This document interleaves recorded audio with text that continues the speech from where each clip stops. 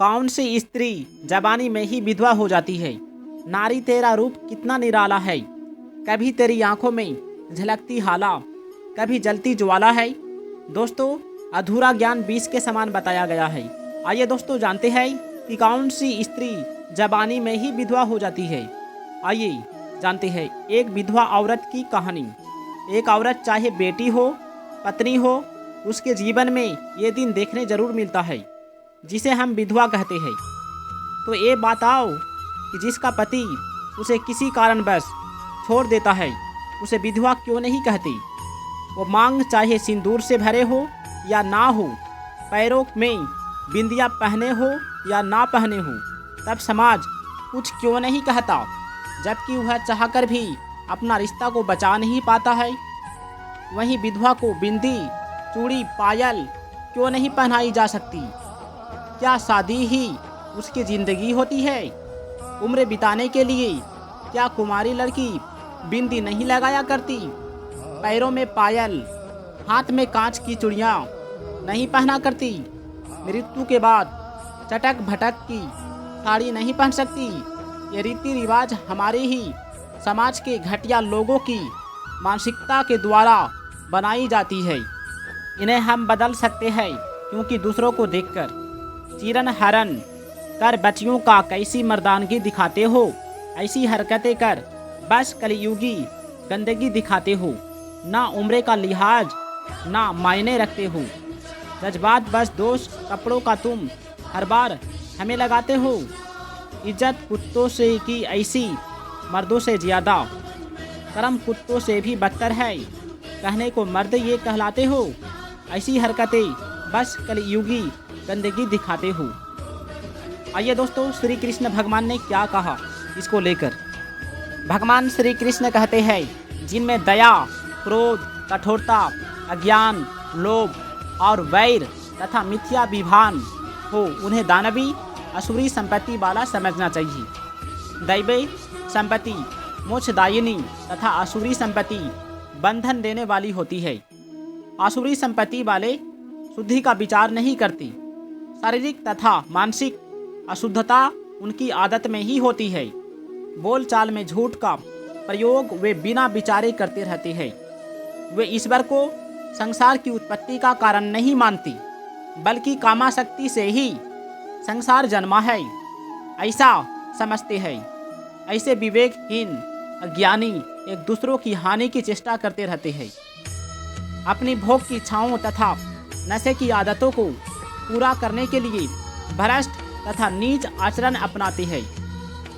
कोई भी लड़की को, कोई भी औरत को गलत सलत कह देते हैं। सुख संपत्ति की चाह में फंसकर वे मानव जीवन को व्यर्थ ही गंवा देते हैं।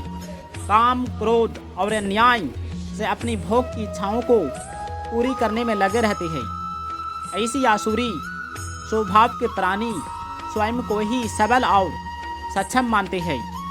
स्वयं को अमीर ही नहीं, जन साधारण से ही ऊपर मानते हैं। अन्याय और अधर्म से कमाई संपत्ति में से दान देकर वे पाप मुक्त होने का विश्वास करते हैं। ऐसी आसुरी वृत्ति के लोग भोगों में डूबे रहते हैं। मृत्यु के पश्चात उन्हें नरक की यात्राओं में जलना पड़ता है।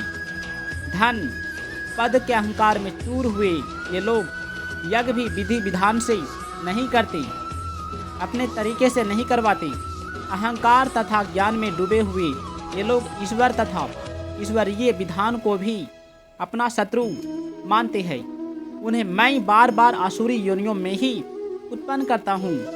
वे अपने कुकर्मों के फलों से स्वयं को ही बांध लेते हैं। काम, क्रोध तथा लोभ तीनों नरक के द्वार है। जीवात्मा इनमें फंसकर बुरे कर्मों में लग जाता है। जितना भी हो सके इन तीनों दुर्गुणों से बचना चाहिए, क्योंकि क्रोध इतना ही भयानक चीज होती है कि क्रोध के आवेश में आकर मनुष्य अपना गुरु का भी अपमान कर देते हैं, अपना माता का भी अपमान कर देते हैं। क्योंकि क्रोध ही ऐसा चीज है जो हमारा सर्वनाश कर देता है। सिर्फ क्रोध ही नहीं, लोभ भी है, क्योंकि लोभ से मनुष्य का भी विनाश होता है। लोभ ही तो पाप का जड़ है। अतः हमें लोभ नहीं करना चाहिए। हमें जितना मिला जिंदगी में उतना में ही हमें खुश रहना चाहिए और हमें कभी भी अहंकार नहीं करना चाहिए, क्योंकि हम बड़े आदमी बन जाते हैं तो हम अहंकार दिखाने लगते हैं। अतः हमें इससे बच के रहना चाहिए।